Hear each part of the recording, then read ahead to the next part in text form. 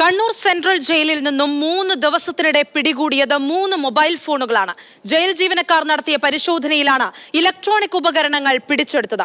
Jail സൂപ്രണ്ടിന്റെ പരാതിയിൽ തടവുകാർക്കെതിരെ Kannur town police കേസെടുത്തു.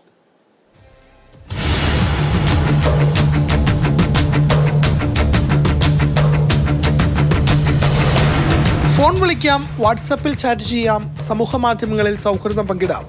എല്ലാം സാധിക്കും കണ്ണൂർ സെൻട്രൽ ജയിലിൽ. ഏപ്രിൽ 27, 29 ദിവസങ്ങളിൽ നടത്തിയ പരിശോധനയിലാണ് 3 മൊബൈൽ ഫോണുകൾ തടവുകാരിൽ നിന്നും പിടിച്ചെടുത്തത്. വെറും ഫോണുകളല്ല, ലഭിച്ചതിൽ സ്മാർട്ട് ഫോണുകളുമുണ്ട്. Sim card, USB cable, smart watch, earpod, mobile charge ചെയ്യാനായി ഉപയോഗിച്ച പവർ ബാങ്ക് എന്നിവയും പിടിച്ചെടുത്തു. ജയിൽ സൂപ്രണ്ടിന്റെ നേതൃത്വത്തിലായിരുന്നു പരിശോധന. അതീവ സുരക്ഷാ ജയിൽ, കൊടും കുറ്റവാളികളായ തടവുകാർ. പക്ഷേ ജയിലിനകത്ത് എന്തും ലഭിക്കും, മൊബൈൽ ഫോൺ മുതൽ ലഹരി മരുന്നുകൾ വരെ. എങ്ങനെയാണ് നമ്മുടെ തടവുകാർക്ക് ഇവയൊക്കെ നിർബാധം ലഭിക്കുന്നത്?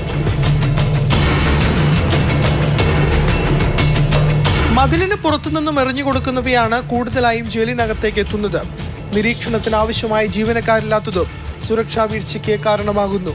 1000-ലേറെ തടവുകാർ പാർക്കുന്ന കണ്ണൂർ സെൻട്രൽ ജയിലിൽ ആകെയുള്ളത് 110 ജീവനക്കാർ മാത്രം. നിരവധി തവണ ലഹരി വസ്തുക്കളും കണ്ണൂർ സെൻട്രൽ ജയിലിൽ നിന്നും പിടികൂടിയിട്ടുണ്ട്.